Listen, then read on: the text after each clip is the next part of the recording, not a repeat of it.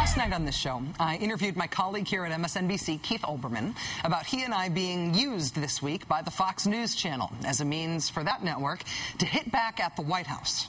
Fox this week criticized the White House for inviting Keith and me to attend an off-the-record briefing with the president, given that the White House has also recently criticized Fox, which of course is seen as one of our competitors. Well, the White House, including the president himself, has said in recent days that they will treat Fox essentially as an opposition political outlet rather than a normal news channel. That position was made manifest yesterday when the White House arranged an interview sitting for the executive pay chief, Kenneth Feinberg. The way these things work is that the newsmaker sits in the same chair and talks to the same camera, but every 5 minutes or so, the interviewer the newsmaker is talking to changes. So it would be NBC interviewing Ken Feinberg for 5 minutes, then ABC interviewing Ken Feinberg for 5 minutes, then CBS, then CNN, etc. Well, yesterday, the White House said that Fox would not be among the networks invited to interview Ken Feinberg in one of these round-robin pool interviews. And the other networks came to Fox's defense. They said they would bow out of interviewing Mr. Feinberg themselves unless Fox was included. So Fox was included. Fox has since been trumpeting this as a victory over the White House and as evidence that the media sees Fox as a news station, even if the White House doesn't.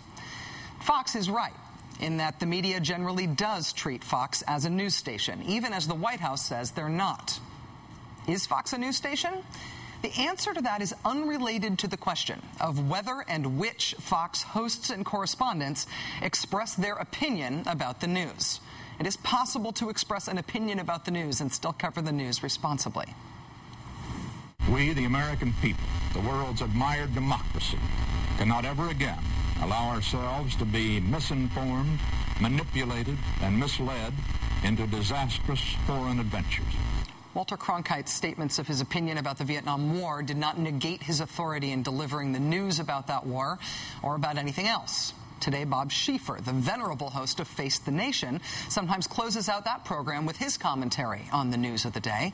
That commentary, while it's opinion, doesn't make his audience believe less in Mr. Schieffer's ability to deliver the news and to do so well. Anchors like CNN's Anderson Cooper and, yes, Fox News Channel's Shepard Smith earned respect and admiration from their audiences and beyond, with their impassioned expressions of opinion and outrage against the failed response to Hurricane Katrina.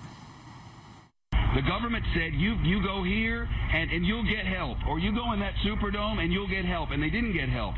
They got locked in there, and they watched people being killed around them, and they watched people starving, and they watched elderly people not get any medicine, and now they know it's happening because we've been telling them repeatedly over and over every day.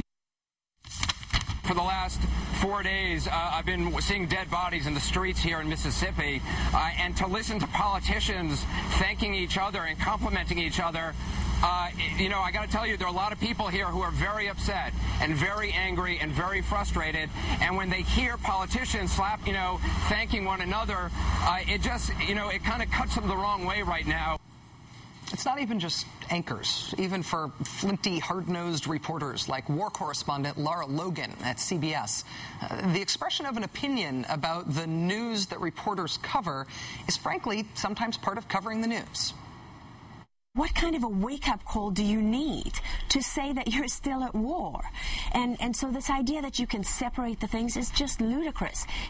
Expressing an opinion about the news does not negate one's status as a news reporter or as a correspondent or as a news anchor. The expression of opinion about the news is not the difference between Fox and the rest of the news media. The difference between Fox and news is that Fox is now actively organizing and promoting a protest movement against the U.S. government. Celebrate with Fox News. This is what we're doing next Wednesday. That was a promo run on Fox in advance of the Tax Day Tea Party protests. I say it was a promo, not an ad, because no one paid Fox to run that. The network produced it themselves, promoting as a network protests against the government and helping to organize them both on their website and on air.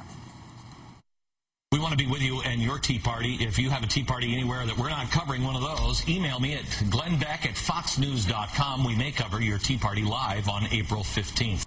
In addition to the tax day protests that Fox helped organize in April, they also organized and promoted a protest against the government on the occasion of 9/11, oddly. It was the so-called 9/12 march organized by Mr. Beck, who you've seen here, one of the network's primetime hosts. I launched a project back in March, and it comes together Saturday, September 12th, 9/12. Thousands of people are going to gather in Washington, D.C. and around the nation to stand up for the principles and the values that have made America great. The difference between Fox and News is not that Fox's hired personalities and executives and producers share and express an opinion about the news, that they share an ideology. Opinion has always been a kissing cousin to news, and one man's ideology is another man's objective passion. The difference between Fox and News, the way in which one of these things is not like the other, is that only one of these organizations is organizing anti-government street protests. There's nothing wrong with that. It's perfectly legal as far as I know. It just makes Fox an opposition political outlet to the Democratic Party and the Obama White House rather than a normal news channel. The exclamation point was put on that fact today when it was announced that the next round of Americans for Prosperity anti-health reform rallies, which we've highlighted on this show in the past, they will be headlined by Fox host John Stossel. Mr. Stossel is a paid contributor at Fox News. He hosts specials for them, and he's about to start his own primetime hour on their business channel. But not before he tours Arkansas, leading rallies against what our friends at Americans for Prosperity call the dangers of government-forced health care. This is a story that most of the media has gotten wrong so far, by not only defending Fox as if Fox is just a news network that has a right-wing point of view, but by ignoring what Fox does as a network that has nothing to do with the news. It's a free country, and Fox can do what it wants. God bless them and keep them. But it would frankly be strange. It would be weird for the White House, for the U.S. government, to treat a group that is organizing protests and rallies against it as if that group is just covering the news. It's not. One of these things is really not like the other.